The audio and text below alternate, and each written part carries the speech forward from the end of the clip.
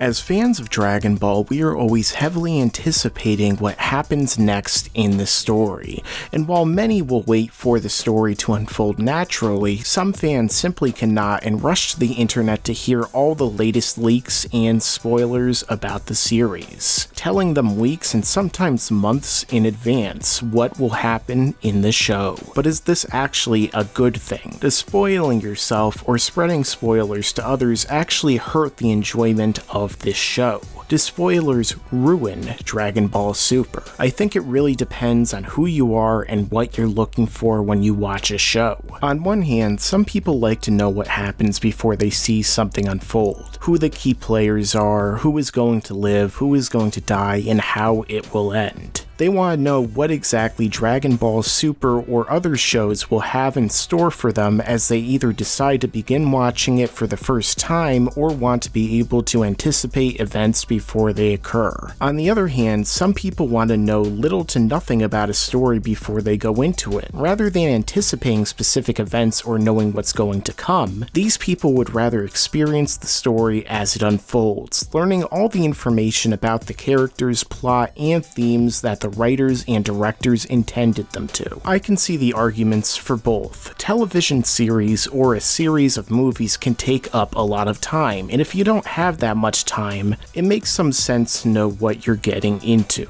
Because if you spend a number of hours on a show or watch a movie and it turns out to be awful or something you don't like at all, it might seem as if you're wasting your time. However, in the case of those who go in blind, watching without knowing much about it, they can be more surprised, seeing twists with no prior knowledge, getting to see the journey of a character unfold before their eyes without knowing which hurdles they will have to jump, obstacles in their way, or which of the cast will continue to be on the show as the various storylines proceed. In my own case, I'm a fan of blind viewing. When I watch a series or movie, I don't like to go in knowing much about the plot or the characters. I want to observe the work as it was intended to be by its creators, learning more about the characters as the story unveils them, being surprised by revelations, and seeing all the twists and turns as they come. Now at this point in my life, I've seen countless movies, television series, and read more novels and stories than I can remember, all of which have given me more insight into how stories flow, as well as how tropes, cliches, and story beats repeat. As a result, I've become more capable of seeing what will be coming next and predicting as such. However, there is a difference between anticipation and expectations and knowing exactly what will happen. Because if I know what will happen, the air of mystery and tension is diminished. There is no more guessing, just acceptance of this outcome or existence of a plot point.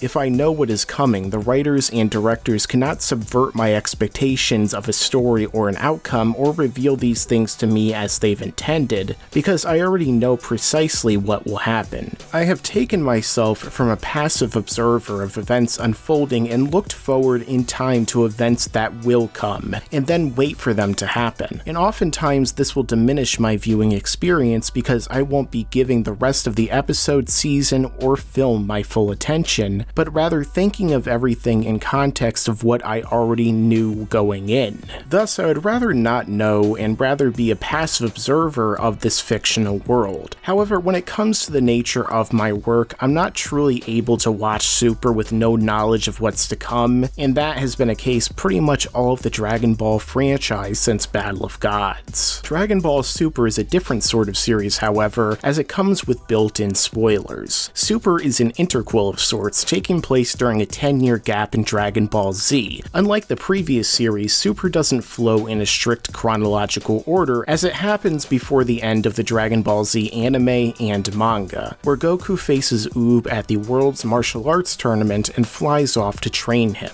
So as a result, we already know what will happen after Super, that the Earth still exists, that our heroes haven't died or been erased from existence, and that they're all pretty much fine. As a result, many have argued that the tension of the series has been significantly diminished because we can't realistically believe our heroes are in danger or will be erased from existence when we know they pretty much live happily ever after. This is often why movie prequels tend to not do as well, because we know what happens after them in the story. We know what everything is leading to, which makes the build-up fall flat. It's very akin to telling a joke and starting with the punchline. Who really cares about the setup when you already know what is supposed to make you laugh? But at the same time, with a series like Dragon Ball, it's so ingrained in pop culture that it's almost impossible to know nothing going into it. Be it Super Saiyan, Final Form Frieza, Vegeta surviving past the first arc, the Dragon Balls can grant wishes, and much of the plot points. It's almost impossible not to know.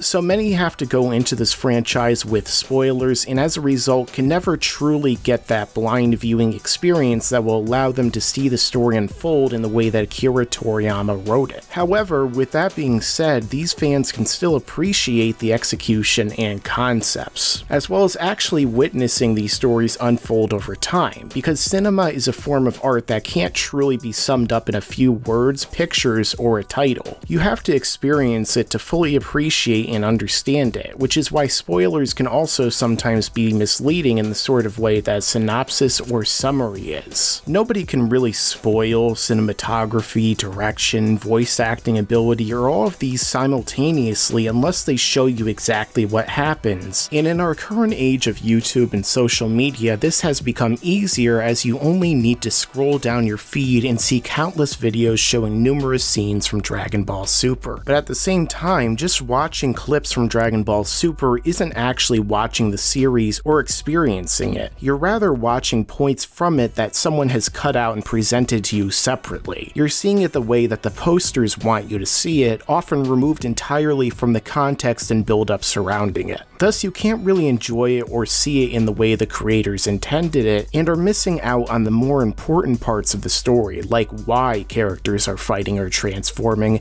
as opposed to them just doing it without explanation. In either case, this really comes down to you and how you choose to experience Dragon Ball Super. If you want as little told to you as possible before watching episodes, or if you want to know what will happen long before it actually does. That's entirely up to your personal preferences. However, if you do like spoilers, I only ask that you consider those who don't before posting them without warning in a public place, because not everyone wants to or intends to enjoy Super the same way that you do. Alright guys, well before we go, I wanted to get your own thoughts on this topic because I know it can be a pretty polarizing topic. So I did this poll on Twitter so that I could take a better look at it, and right now it seems like looking at it, it looks like it's pretty close. But so far the yeses do seem to be in the lead, and of course there are some people who commented down below who did have their own thoughts on this. For example, Jaxblade says that he prefers to not know what's going to happen next, whereas Anime Live Reactions happens to like spoilers and they kind of help him get through a stressful week because I guess he can anticipate what's going to be happening next. MJ wants me to bring Melina on the channel, he can ask Big D for that. Some people really like them, some people really don't. Some people don't really care, but so far it does seem like a very polarizing sort of topic. So you can head over to my Twitter at LSMMike so that you can also vote in this poll, as well as commenting down below in the comments section and telling me what you think about this topic. Subscribe to this channel and enable notifications so you can see all of my content right away when it comes out. And as I always say, stick around because there's a lot more to come in the future. Yeah, and you better subscribe, enable those damn notifications.